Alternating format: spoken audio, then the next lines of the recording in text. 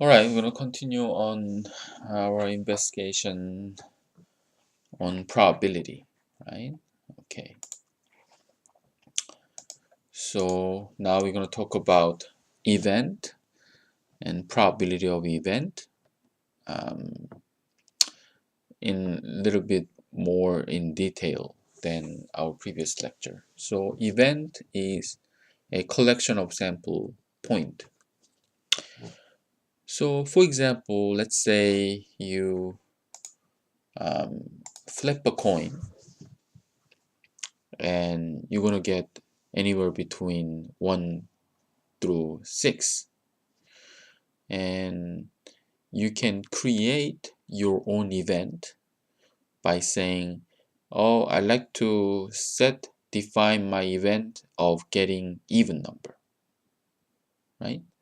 Then your event would be consist of 2, 4, and 6, right? Out of 1, 2, 3, 4, 5, 6, right? If you create your event as event of getting even number, or you can also create event like get a number less than 3.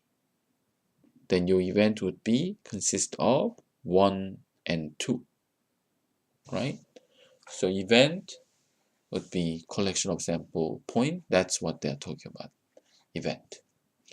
Probability of any event is equal to the sum of probability of sample point in the event. So probability of getting less than 3, which is probability of getting 1 and 2, what will be the probability of that event? Well, you add probability of getting 1 and probability of getting 2, which is 1/6 each. So that would be 2 out of 6, which is 1/3, right? So let's remember that Bradley investment case, and you have this, there was 8 different case, right? Now you create your event as getting the markedly oil profitable case. So you remember in that pair, the first number was from the oil, the second number was from the mining. So you consider profit from oil, which is this 4 different cases. Then how do you figure out this 4 different how do you figure out this probability for 4 different cases? Well, remember that the last part of our previous lecture, your analyst assigned probability for each of these cases, and these are right there, and you add them up and become 70%. So you have 70% chance of get that oil investment on oil can be profitable, right? And it's just we have 70% chance right there. Let's say you also create another event.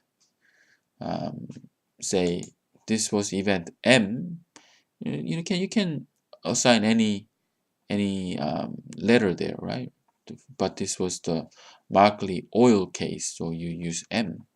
The next one was colon mining case, so you use C for the company name. So the colon mining profitable, and you now considering this 8, the second number, right? The second number has to be profitable.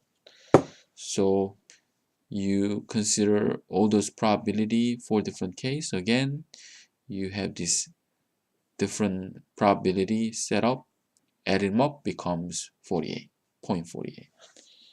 So you have 48% chance. Alright, so let's talk about some basic relationship of probability. So complement of an event, union of 2 event, intersection of 2 event, and mutually exclusive event. So let's talk about complement. Complement of an event is defined to be the event consists of all sample points that are not in A. And you use A to the C for the notation of complement.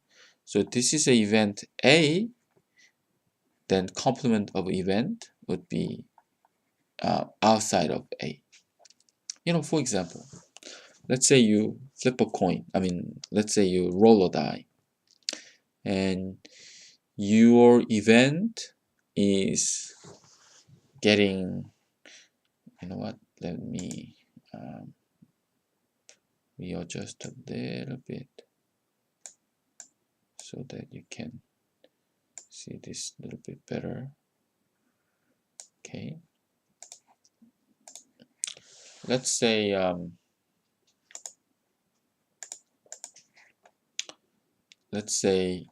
you roll a die.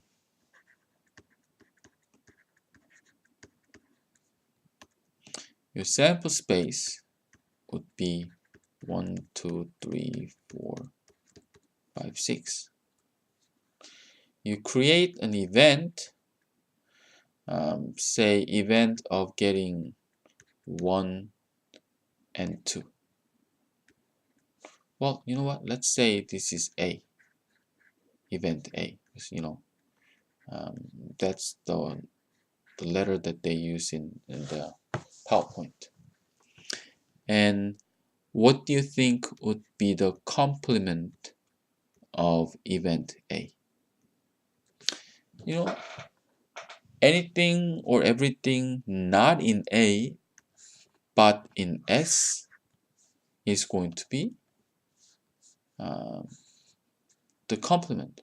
So be 3, 4, 5, 6. That would be a complement. Right? Pretty simple, right? Okay.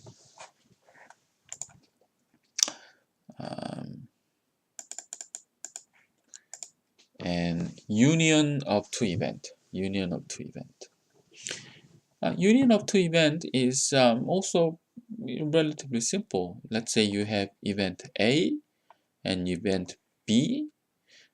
You combine them together. That's a union. Union is combining, right?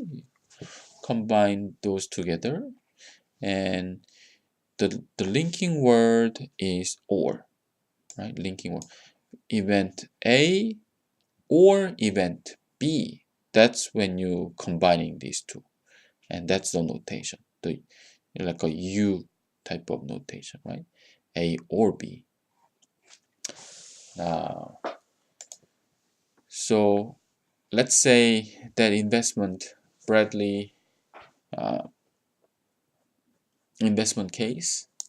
Say event M was the Markley oil profitable. Event C was colon mining profitable.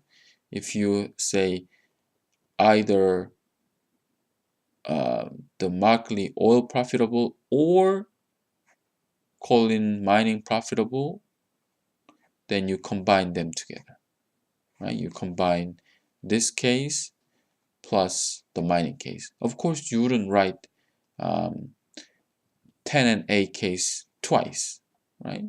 You will write it once, even though this would be the profitable for both company, right? So you write it once and you list them up, and that's the case, and you have your assigned probability and you add them up, then you got the result, right? Now let's talk about intersection of those two events. So the linking word this time is end. And you're looking at the middle point. It has to be in A. At the same time, it has to be in B. That's end, right? A and B. And that's the intersection, and that's the notation that they use. And it's pretty straightforward, I think. So let's say the event M, event C markedly oil profitable and coal and mining profitable, you only have these two cases, right?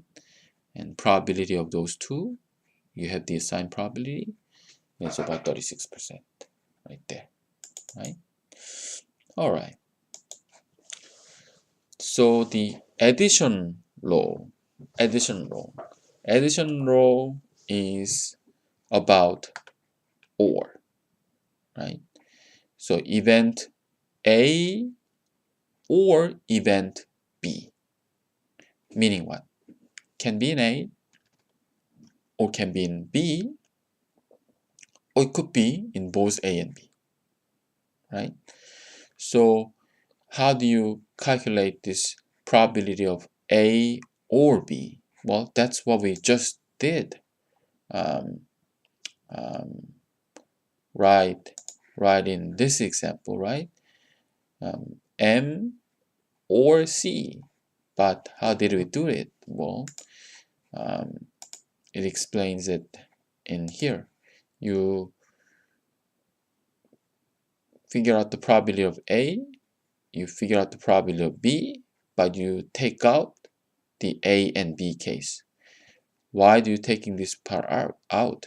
Because, you know, if you consider this diagram, I guess not this one, this diagram right here, this would be the OR case.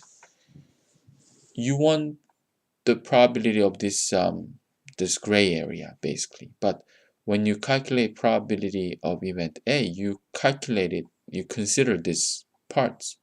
But when you consider probability for event B, you also consider this place right there. So that space right there in between was considered twice, and you cannot just add the same place twice. That's why you are taking that part once, so that you have a proper calculation, right?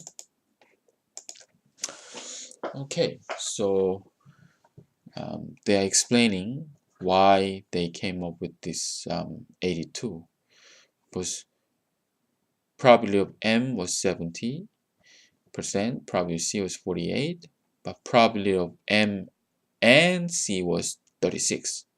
So you're taking that part out and you end up getting 82. Okay.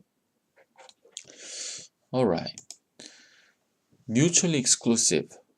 What do they mean by mutually exclusive? Mutually exclusive simply means there's no overlapping. You cannot be in both A and B. That's mutually exclusive case. Obviously, this is not for our investment case, right? Investment case, there is overlapping part, right? Which is mainly this. But mutually exclusive case could be something like this. Event A, let's consider, say, event A is wearing jeans. You know, picking students who are wearing jeans. Event B is the case, students who are wearing, say, business suit. Then can you wear jeans and at the same time wear business suit? No, that cannot be possible. So these two events of wearing jeans and wearing business suit would be mutually exclusive event, right? Mutually exclusive event. If these are mutually exclusive event, when you are considering the A or B probability, right? Remember, this is a union, this is OR. You don't have to worry about subtracting those intersecting parts once because you calculate twice, because there's no intersecting parts, right? So A or B for mutually exclusive case would be a simple addition of those two. Okay. All right.